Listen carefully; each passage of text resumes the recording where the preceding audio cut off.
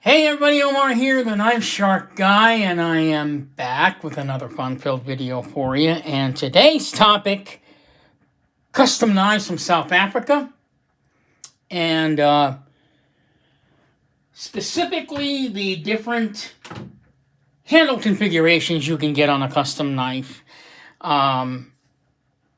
Pretty much you can get anything. As you guys know, you can, obviously you can buy a custom knife off of a website like Blade HQ or Knife Center or any of those types of websites. They occasionally will put up a bunch of custom knives from a specific knife maker.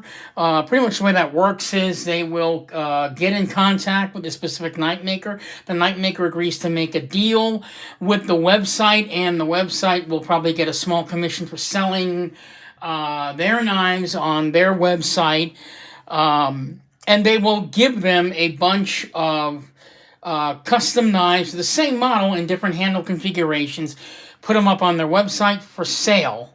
That's one way you can get it, but it doesn't always, they usually sell out rather quickly.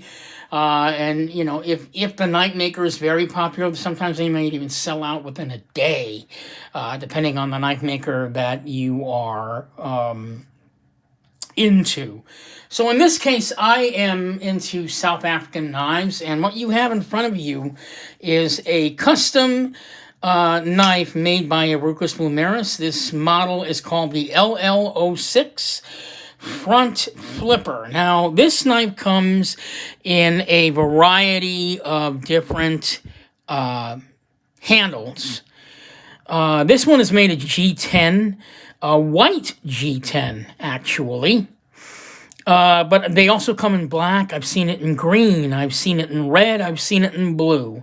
That's just all the different color variations of G10 that this knife comes in. But basically that would be the handle configuration. The model of the knife, again, is called the LL06 front flipper by Rukus Blumeris. Now, this knife is not the only handle configuration that it comes in. It doesn't just come in G10. And this is really what's nice about custom knives, is that you can get the same exact model knife, and the knife can look completely different with different materials on it. So for those of you that are heavily into like production knives like Spyderco, ZT, where occasionally you go on eBay and you'll see maybe an LMAX version of a zero tolerance knife with maybe some sort of carbon fiber scales that were crafted by somebody. This is a whole other thing. So this is the same exact knife as this one. Same model, but as you can see, this is all G10, white G10, and that's it. Plus, you can see the pivot on this knife. Now, this one is a one-of-a-kind, handmade LL06 front flipper. Now, as you can see, the knives are exactly the same model, right? However, this one has more bling to it, I guess. So on this knife, we've got the titanium bolsters, okay, with this sort of simple design across the top of the knife that was done by a Rukus Blumeris. Obviously, it's just a bunch of strikes on it, but it's really very, very pretty. It's got a copper type color to it, and on the handle, you've got this beautiful lightning strike copper carbon fiber with copper running through the lightning strike carbon fiber, and it's on both sides of the knife. As you can see, even with the beautiful milled pocket clip, you can see that it is on both, that the handle configuration is on both sides of the knife. And it's all just really, really jacked up. Really very beautiful. And you can get different materials on the knife. depending on the knife maker. One of the things that Rukus Blumeris does, and probably a lot of different knife makers that are probably not from South Africa, but they do their own thing. That's what's great about custom knives, is that you're buying the maker and their ability to transform a simple tool like a knife into a work of art. So, my case in point, the backspacer on this knife is M390. Have you ever heard of a production company like Zero Tolerance or Spartaco taking a steel like M390, which is actually a blade steel, and turning it into a backspacer? But that's basically what this is. It's M390. If I'm not mistaken, it's on both knives. Rukus Blumeris will take any material, whether it's a blade steel or whether it's, some sort of material that he found, and he will turn that into a backspacer for the knife, sort of to complete the circle of the artwork on the knife. And that's what he's done here. I mean, if you look at the two models, they're completely different knives. Here's one where you can see the pivot. This one is a pivotless or a hidden pivot knife. And I mean, the work is just absolutely gorgeous. Now, keep in mind, custom knives are a luxury item. You don't need to have something this fancy. But, if you're into it and it's a hobby that you enjoy, why the hell not, right? So, I mean, if you look at the knives, again, they're the same exact model knife, just completely different handle configurations. Now, the main difference between these two is that this is a production. This would be like a Rukus Blumeris' version of this model in a production, I guess, setting. Because, like I said, you can get this handle configuration. Not only can you get it in white, you can get it in black, you can get it in green, you can get it in red, you can get it in blue, all different colors. Just the same material, G10.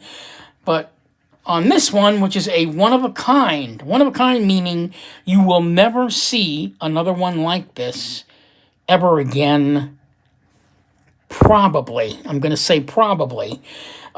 You may see a knife that looks similar to it, but, again, maybe the lightning strike won't be copper, maybe it's going to be silver, or maybe it's going to be red, or maybe it's going to be something completely different. Maybe the design on the bolster won't be strikes across it like this particular knife here, but it may have some other type of design on it. And with each knife that the knife maker makes, where he's actually changing the handle configuration, there's a good chance you will never see the same exact handle configuration ever again. So, and that's what we're talking about. So these are both custom knives, both same high quality, right? However, one of them just has one piece of material on it, all G10, and the other one has titanium bolsters, and it's got the lightning strike carbon fiber and the M390 backspacer. Now, obviously, between these two models, this one's much more expensive. Why? More time, more effort, more materials were put onto the knife that adds to the price of the knife, versus this knife here, which is just one piece of material, which is G10. But unlike on a regular production knife that you would get from Spartaco or ZT or CRKT or whatever company that you happen to love, you'll get this material not on one side of the knife, but on both sides of the knife. And both sides completely all the way through the entire knife. So you're actually paying for that quality and to have that extra, even on a custom knife maker's version of a production knife, you're getting more. You're getting a lot more. The blades on these two, by the way, they are M390, just in case you guys weren't wondering. So this is just one example of what you can get with a custom knife. Now I'm going to bring out two other knives right now. I'll leave these on the table so you guys can see these.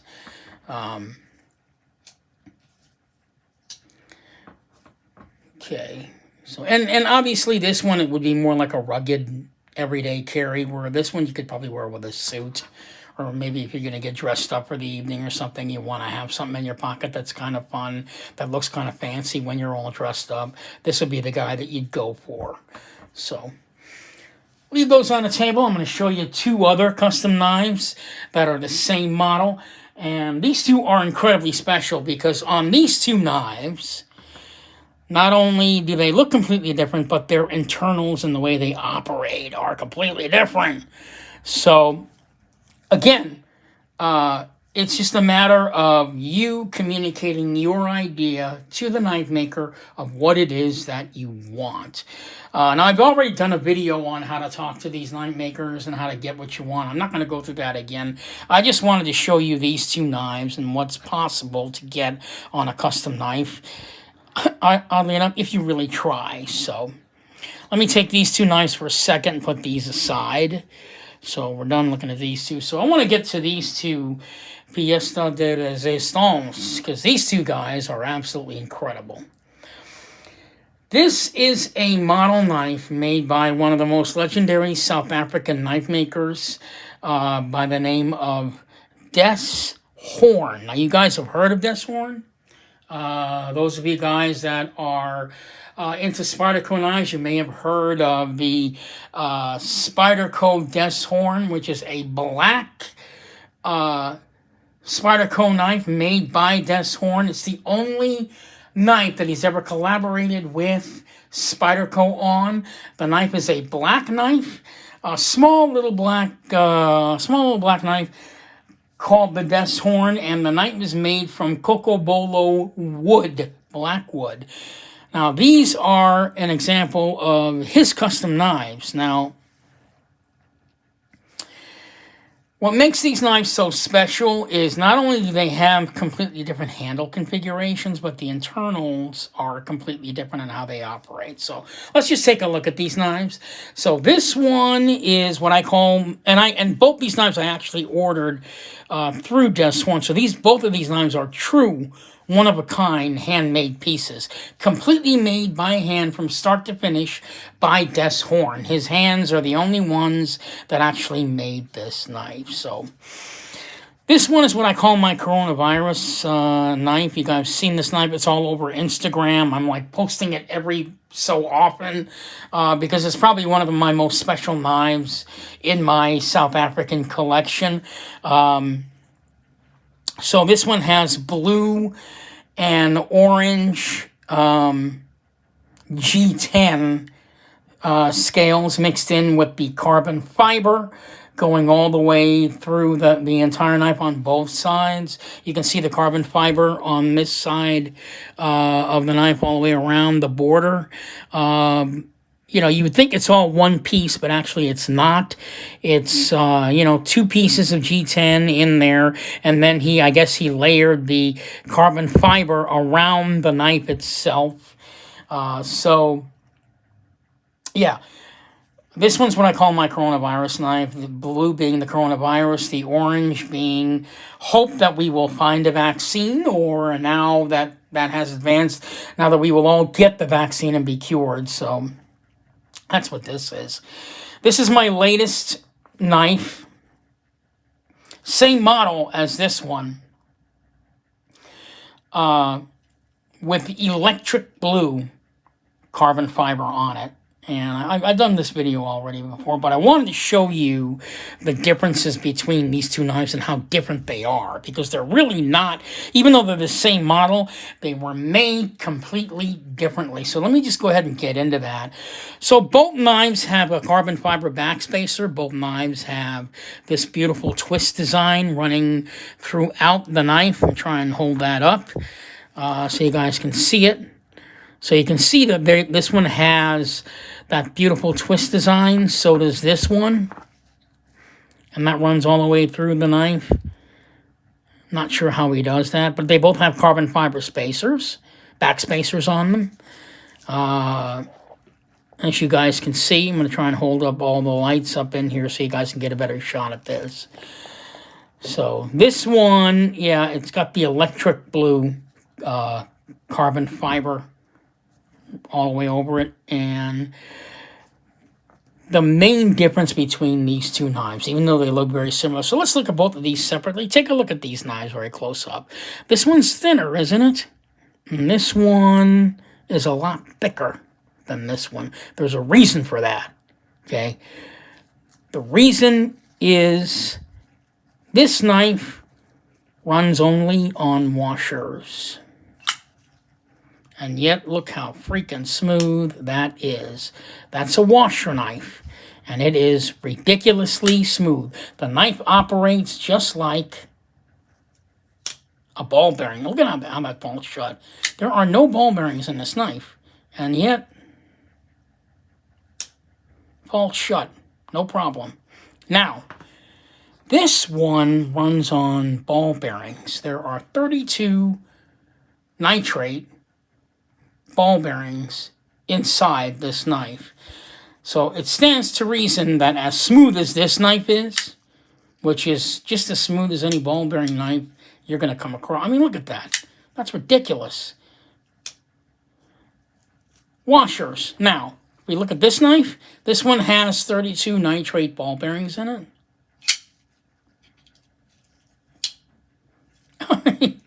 If you notice on this knife, I had to jerk the knife just a touch, but it still falls shut, right? But that's basically what most ball bearing knives do, is you jerk it a little bit and then it falls shut.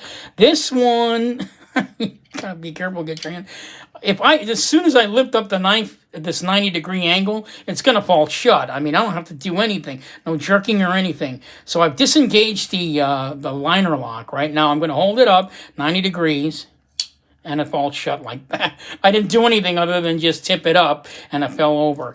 So on a custom knife, even the internals of the knife can be different if you ask the knife maker. Now, the thing is about the story with both these two knives, okay? Really, really weird. When I first got the Imvubu, which was the most sought-after knife that I had hoped to get when I first talked to Des Horn, he saw my collection and he said, you got a lot of ball bearing knives, don't you? I said, yeah, well, most people make nice ball bearing knives, and that's what I like. I like ball bearings. So I said, I'm going to make you an Imvubu with ball bearings in it. I've never done it before, but I'm going to try.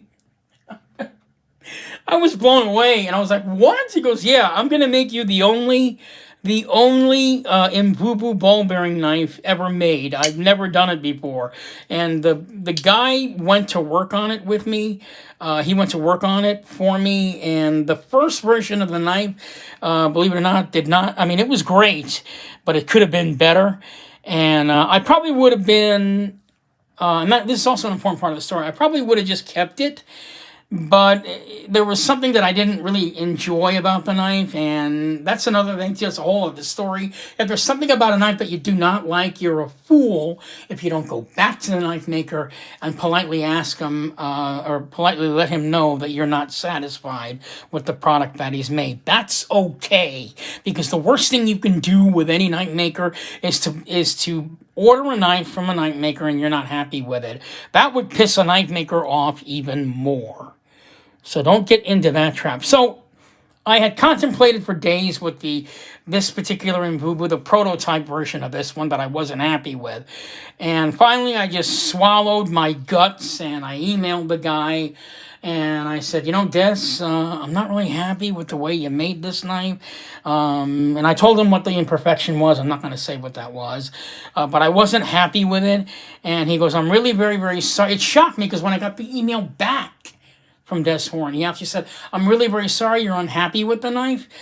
Please return it to me and I'll make you another one. And you don't have to worry about paying me. So I returned the other knife, and he didn't even bother to work on the prototype. He just redid the knife all over again from scratch. So he kept that original prototype. I don't even know where that prototype is today, but Des Horn kept that prototype. It's out there somewhere. Somebody's got it. And then he basically went to work on this knife, and I got the knife back in about, I'm going to say 12 weeks. He made the knife for me. And when I got this one back, it was perfect. Perfect. So this is really, so I guess the whole point of the story is never be, don't ever put up with a knife that you're not happy with, even if you, no matter how much you respect the knife maker, because the knife maker will be pissed off even more if you don't let him know how you truly feel about his work, because you paid a lot of money for his knife. And for you to not be happy with his work, you're a fool.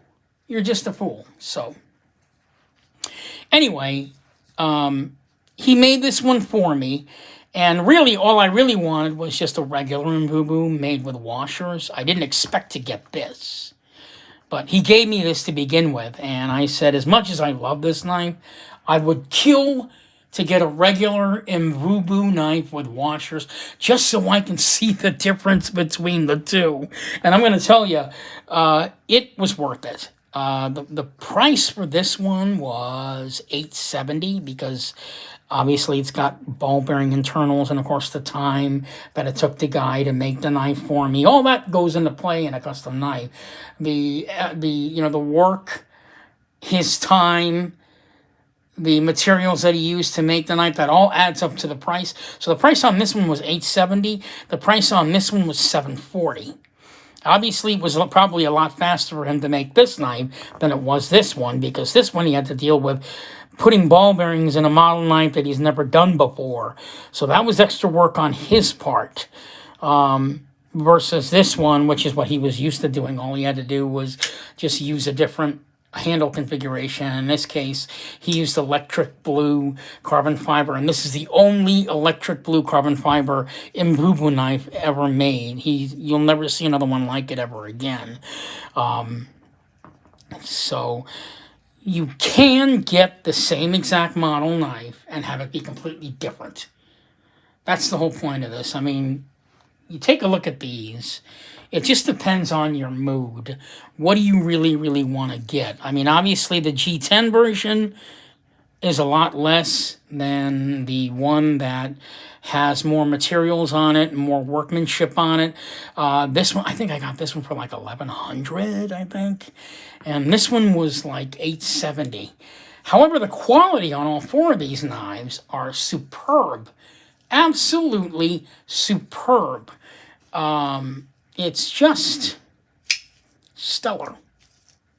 So if you're looking to get a custom knife, just know you have many, many options for getting a custom knife, whether you are looking to go the South African route, or maybe you're looking maybe going to more the Russian, maybe the Russian custom knives. Maybe you're looking to get an American custom knife, someone like Rick Hinderer, whatever. I mean, the option handle configurations you can get on any model knife is practically limitless.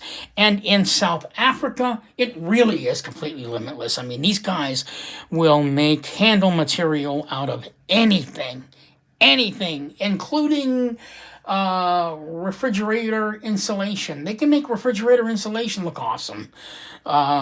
If you guys go down on my YouTube channel, you can check out a knife made by Andre Thorburn.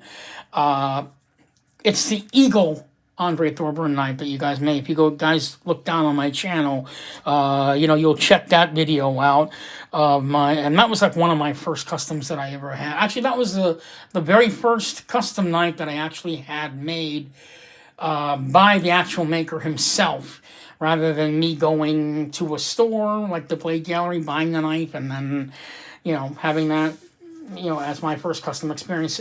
Going to the knife maker is definitely worth it. Definitely worth it. Probably the only thing that is a bit frustrating is the length of time it takes to get the knife back, or to get the knife made. You really have to be patient with these knife makers. You don't know where they are in their production. In other words, how many customers they actually have lined up that they're making knives for. Keep in mind, it's not just you.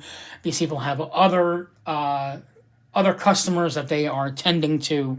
And, you got to keep in mind, these guys are human beings too. They get tired, they get exhausted, they want to have a day off. Maybe they don't feel like making knives that day. You're going to have to learn to be patient. But when you get the product, you'll be very, very satisfied. And So to all you guys out there that are into production knives and you're thinking, you know what, I think I've had it with my last Spyderco knife. I've had it with my last Zero Tolerance, my last CRKT, whatever production company you're heavily into, and you're thinking about getting something different, or maybe you're thinking about upping your game on the knife collecting experience, you know, consider going custom. I mean, it's very expensive, without a doubt, but keep in mind, in a lot of cases, you're getting a one-of-a-kind handmade piece. That's what's really important. You're getting something made just for you by someone. And I think that that's worth the price to pay. So this is Omar, the Knife Shark Guy, signing off with another look into South African custom knives. You know, I hope some of these videos have helped you if you're thinking about getting a new custom knife, or maybe you're thinking about getting into customs. Keep in mind, you know, what it is that you can get.